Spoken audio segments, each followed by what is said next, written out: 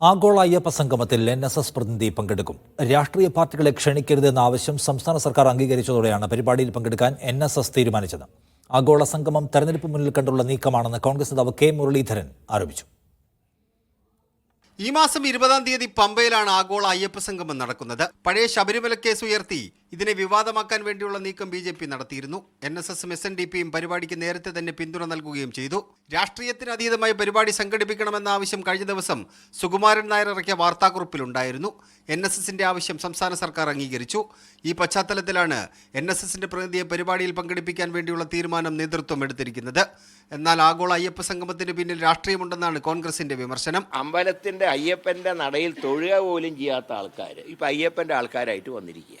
ഇത് എലക്ഷൻ കണ്ടുകൊണ്ട് മാത്രമാണ് കോൺഗ്രസിന്റെ നയം. വിശ്വാസികളെ സംരക്ഷിക്കുക എന്നുള്ള നയമാണ് ഇന്ത്യൻ നാഷണൽ കോൺഗ്രസിന്റെ. 20-ാം തീയതി നടക്കുന്ന പരിപാടി വൻ സംഭവമാക്കി മാറ്റാനാണ് സംസ്ഥാന സർക്കാർ ആലോചിക്കുന്നത്. മീഡിയ 1 തിരുവനന്തപുരം.